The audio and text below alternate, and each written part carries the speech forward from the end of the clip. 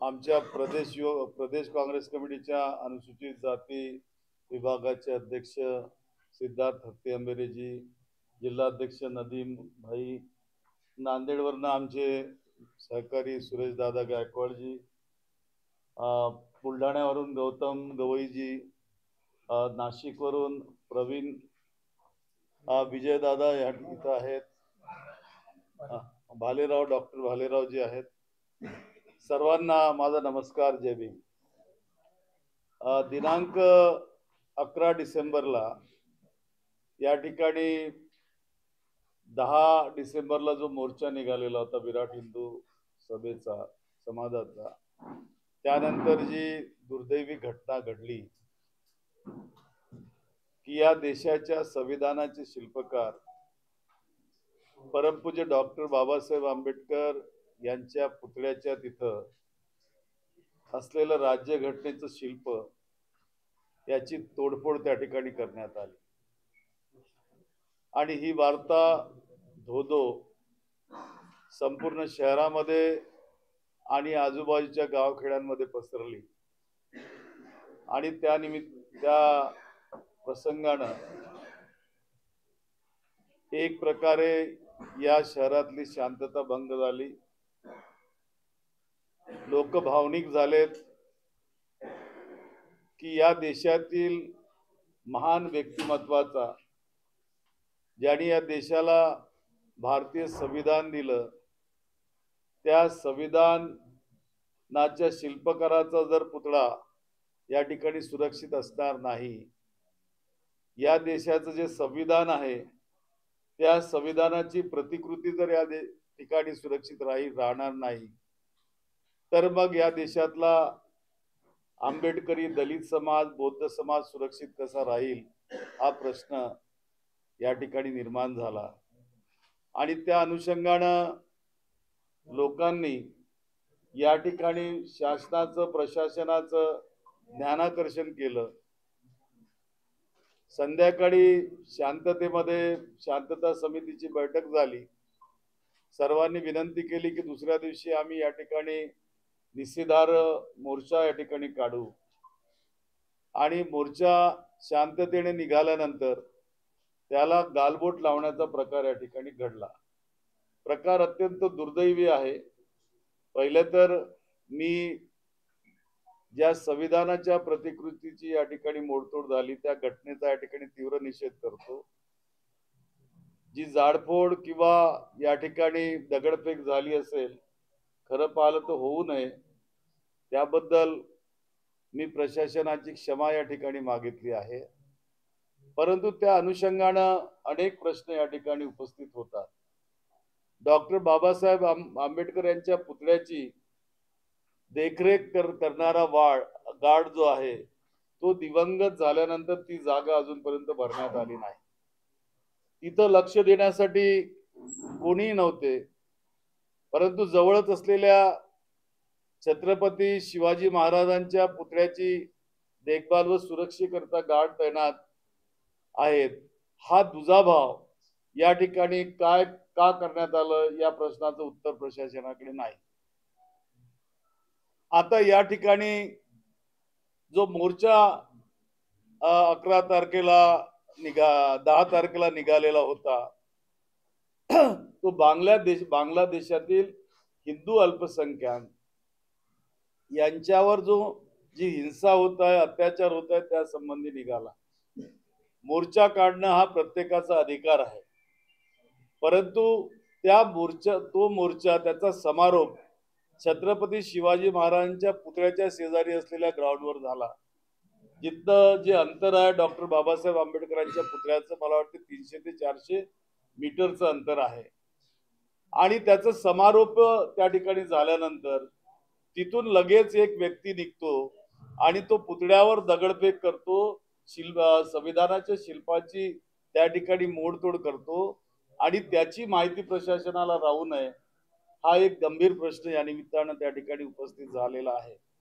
आणि अचानकपणे असं का झालं त्या ठिकाणी, आणि त्याला मग असं म्हणण्यात येतं की तो आरोपी जो सोपान दत्तराव पवार आहे तो त्या ठिकाणी माथेफिरू केला जातो, ठरवला जातो.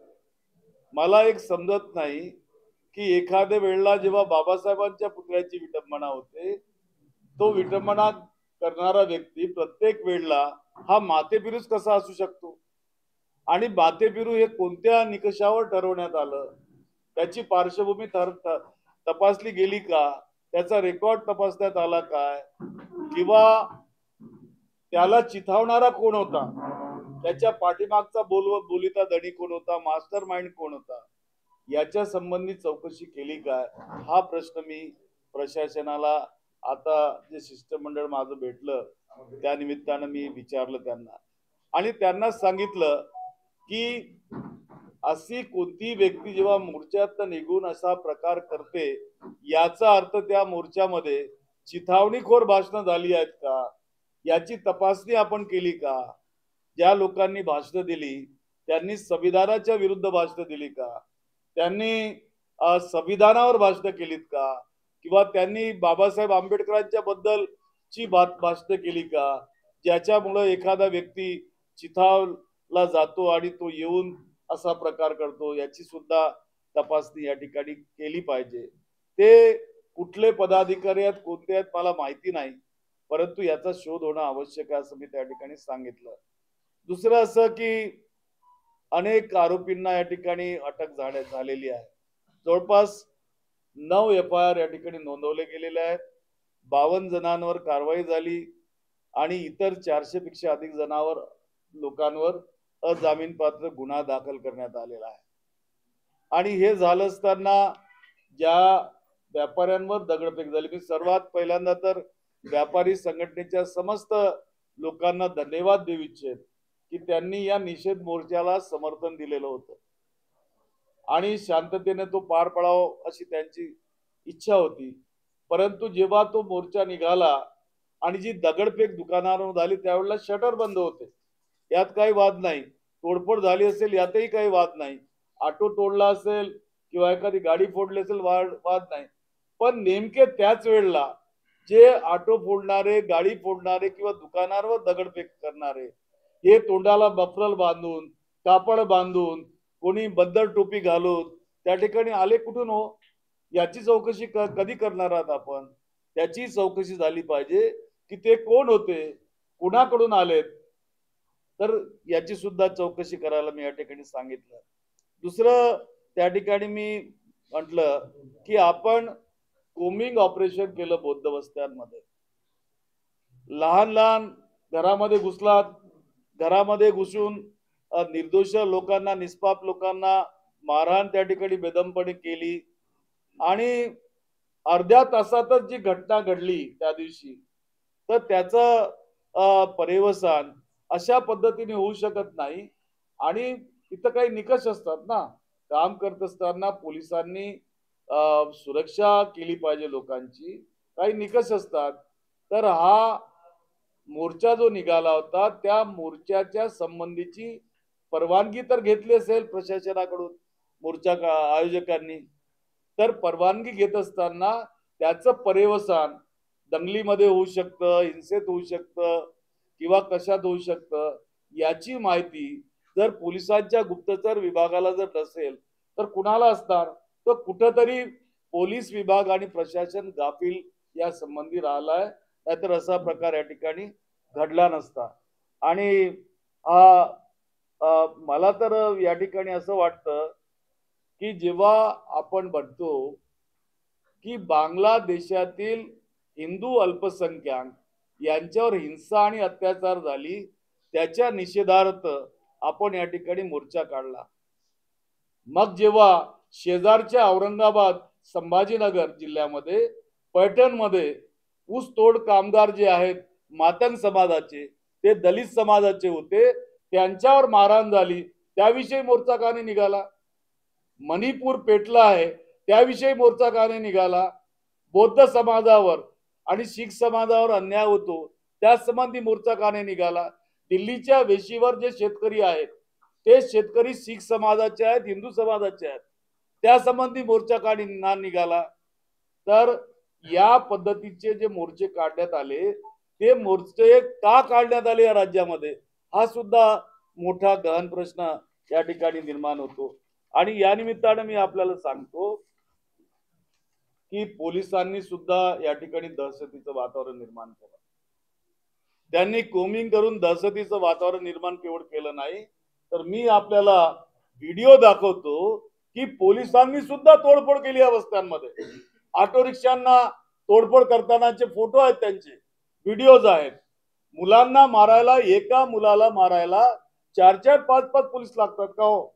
ज्या पद्धतीनं बेदम मारहाण केली या ठिकाणी, घरावर जाणे, घरात काढून मारणे, निळा झेंडा दिसला ज्या गाडीवर त्या ठिकाणी लाठी मारणे, हे सगळं चक्र जे तोडफोडीचं झालं याची चौकशी या ठिकाणी करणार आहात की नाही? मला तरी वाटतं की केवळ आणि केवळ बौद्ध समाजाला टार्गेट करण्याचा प्रकार या ठिकाणी घडला आणि त्यामधनं हे क्रूरपणे या ठिकाणी कोमिंग झालेली आहे. दुसरं असं की आंबेडकरी कार्यकर्त्यांना सुद्धा या ठिकाणी टार्गेट करण्यात आलं. हा व्हिडिओ आहे तो. हा व्हिडिओ आपल्याकडेही आला असेल, आपण बघू शकता.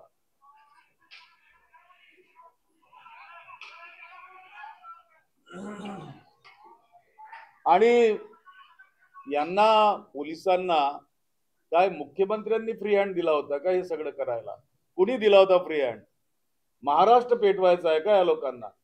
मला या ठिकाणी समजत नाही की या ठिकाणी ज्या पद्धतीनं या आम्हाला बदनाम केलं जातं की बुद्धांच्या वस्तीत जाऊन घुसून तोडफोड करायची आणि बदनामी मात्र जयभीमच्या कार्यकर्त्यांची करायची. तर आम्ही काय या देशाचे नागरिक नाही आहोत का? आम्ही काय बाहेरून आलेलो आहोत?